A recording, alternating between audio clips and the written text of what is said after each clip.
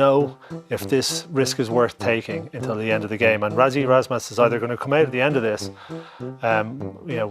vaunted as an absolute rugby intellectual giant, or he's going to be derided as someone who's just drinking his own Kool-Aid, really. I don't blame Rassie at all. The coach does what he has to do to win the game. If he wants to pick a 7-1 or a 6-2, I've got no problem with Rassie. I admire Rassie's intellect. I said on the show last week how much I admire his rugby intellect. It's World Rugby that has to change. The coach's job is to win next Saturday within the law of the game. Now, I don't agree with that law. It's not that I'm criticising Rassie or South Africa. I am criticising World Rugby for not changing it, and I won't stop from that. And I'm happy to have that conversation with anyone. I'm happy to talk about it, but to think that I'm having.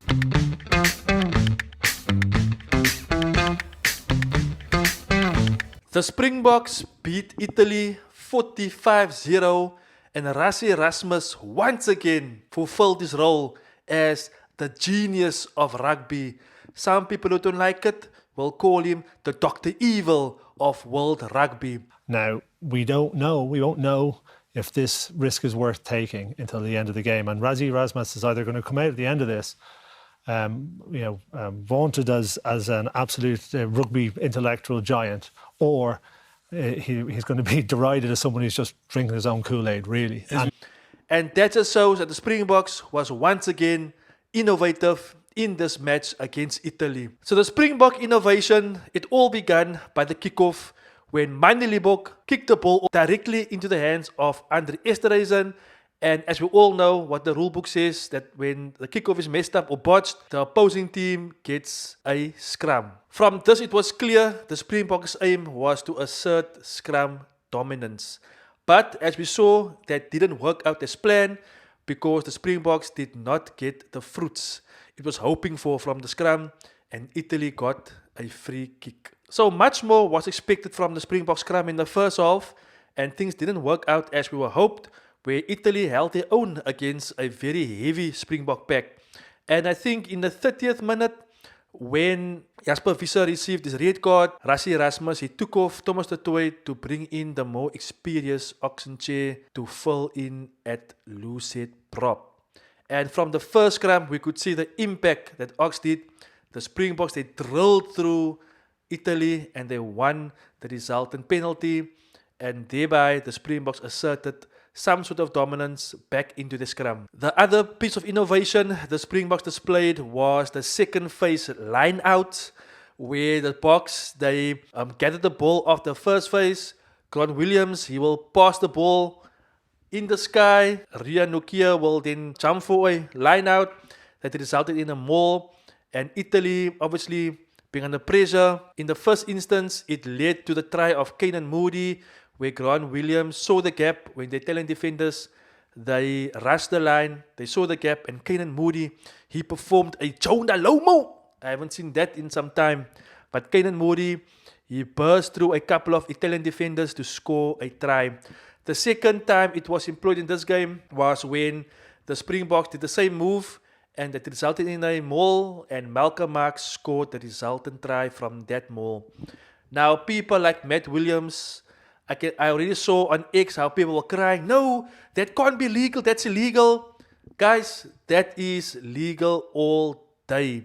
So long as when the catcher or the line-out taker, he receives the ball, there's no one in front of him, he's the first player being in contact with the position, that is legal all day.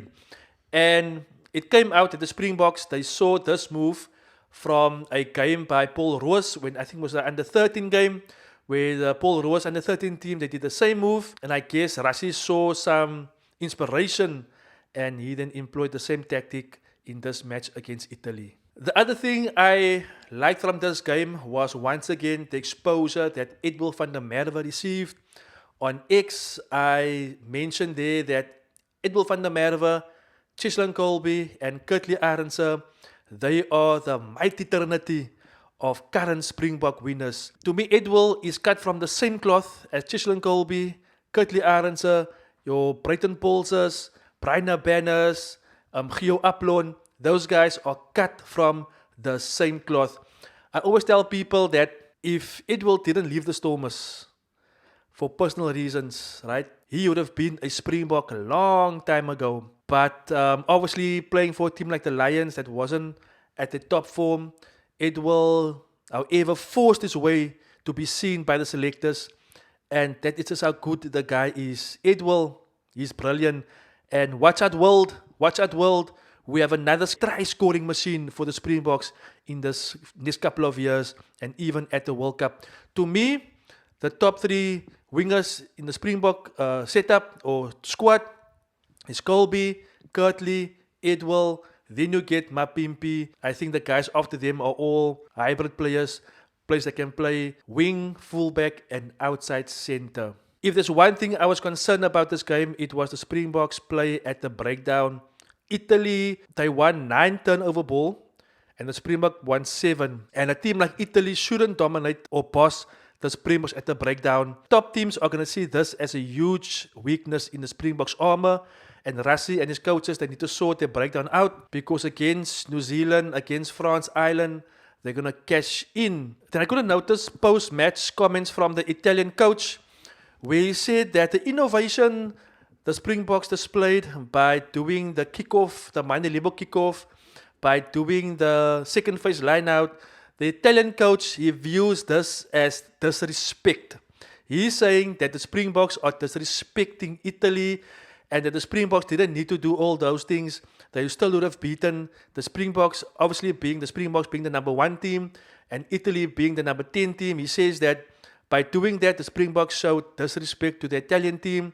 They came to South Africa for these 2 matches, having utmost respect for the Springboks, but he feels the innovation the Springboks displayed and showed in this match yesterday was ultimate disrespect. So guys, do you think the Boks are ready to take on the might of the Rugby Championship in the form of Australia, New Zealand, Argentina?